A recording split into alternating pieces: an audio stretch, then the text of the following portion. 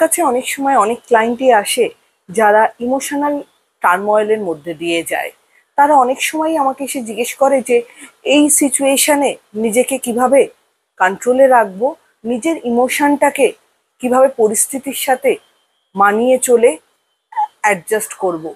তো আজকে সেই ইমোশনটাকে কন্ট্রোল করার যে বিভিন্ন উপায় বা যে ওয়েগুলো আছে সেগুলোই আমি আজকে আমার ভিডিওর ভেতর থেকে আপনাদের সাথে শেয়ার করব। তো নমস্কার, আমি লিপিকা, আমার ছোট্ট ইউটিউব চ্যানেলে তোমাদের সবাইকে স্বাগত। প্লিজ কিন্তু একটা ছোট্ট শব্দ, প্লিজ স্পেলিং কি? PLEASE। এই প্লিজ শব্দটার ভেতরেই কিন্তু লুকিয়ে আছে আমরা কিভাবে আমাদের ইমোশনাল টার্ময়েলের সময় কি কি উপায়ে আমরা এগুলোকে কন্ট্রোল করব, আমাদের ইমোশনটাকে, আমাদের নেগেটিভ থটটাকে কন্ট্রোল করব। তো প্লিজের স্পেলিংটা কি আছে? পি ফর কি? পি ফর হচ্ছে ফিজিক্যাল হেলথ। হ্যাঁ বন্ধুরা, ফিজিক্যাল এবং মেন্টাল হেলথ দুটো যদি তোমার সুস্থ থাকে, দুটোকে যদি সুস্থ রাখতে পারো, দুটোকে যদি স্ট্রং রাখতে পারো, থট প্রসেসটাকে যদি পজিটিভ ওয়েতে নিয়ে যেতে পারো, তাহলে কিন্তু যে কোনো ইমোশনাল টার্ময়েলে তুমি তোমাকে স্টেবল রাখতে পারবে। এল ফর কি? এল ফর হচ্ছে লাইট মাইন্ডেড। হ্যাঁ, যেটা আপনার ভালো লাগে, ইমোশনাল যখন প্রেশার বা ভীষণ স্ট্রেসের ভেতর দিয়ে যাবেন, তখন লাইট ওয়েটের বা যে কাজগুলো করতে পছন্দ করেন সেই কাজগুলো করবেন। যেরকম গান শোনা, ছবি আঁকা, বন্ধু বান্ধবের সাথে হ্যাং আউট করা। দেখবেন অনায়াসে কিন্তু ইমোশনটাকে আপনি ভুলে থাকতে পারবেন, এবং যে ইমোশনটা আপনাকে কন্টিনিউয়াস নেগেটিভ দিকে চালনা করছিল সেই ইমোশনটা কিন্তু অনেকভাবে কন্ট্রোল হবে। এটা কি আছে? সেটা হচ্ছে ই ফর এক্সারসাইজ। হ্যাঁ, এক্সারসাইজ করতে হবে যেটাতে আপনার ফিজিক্যাল হেলথটা ভালো থাকে এবং যেটার ওপর বেস করে আপনার মেন্টাল হেলথটাও কিন্তু ভালো থাকবে। ফর কি? A for adjustment.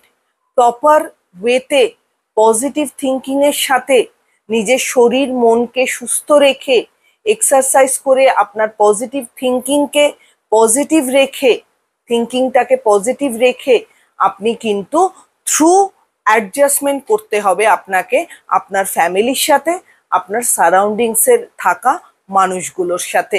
ফর কি? S for sleep. হ্যাঁ, একটা মানুষের 8 ঘন্টা, 6 থেকে 8 ঘন্টা কিন্তু ঘুমোনো উচিত।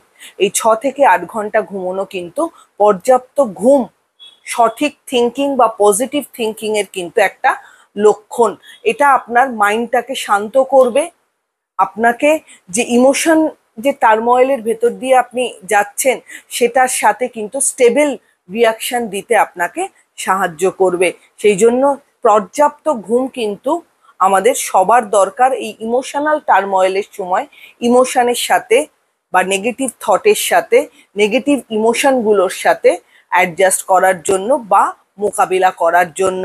লাস্ট হচ্ছে ইটা কি? ইটা হচ্ছে প্রপার হেলদি ডায়েট বা ইটিং হ্যাবিটটাকে প্রপার রাখতে হবে। আপনার যতটা পরিমাণ আপনার প্রোটিন, ফ্যাট এগুলো কনজিউম করা দরকার, ততটা পরিমাণ কিন্তু আপনাকে খাদ্য গ্রহণ করতে হবে।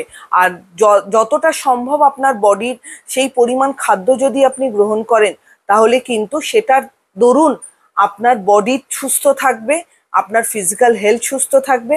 আর আপনার যদি ফিজিক্যাল হেলথ সুস্থ থাকে, অনায়াসে কিন্তু আপনি মেন্টালিও স্ট্রং হয়ে যাবেন। আর মেন্টালি স্টেবল পারসন কিন্তু অনায়াসে যে কোনো ইমোশনাল টার্ময়েল বা যে কোনো নেগেটিভ থিঙ্কিংয়ে বা নেগেটিভ সিচুয়েশনে অ্যাডজাস্ট করতে, কিভাবে অ্যাডজাস্ট করবে তার ওয়েটা কিন্তু সে ডেফিনেটলি খুঁজে বার করতে পারবে।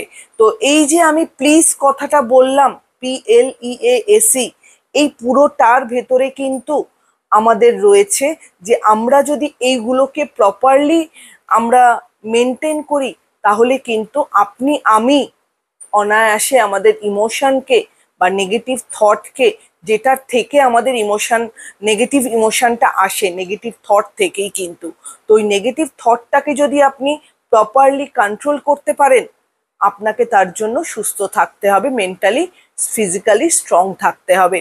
তাহলেই কিন্তু আপনি যে কোনো সিচুয়েশনে, যে কোনো ইমোশনাল টার্ময়েলের ভেতর দিয়ে আপনি কিন্তু নিজেকে ঠিক দাঁড় করিয়ে অ্যাডজাস্ট করে বেরিয়ে আসতে পারবেন।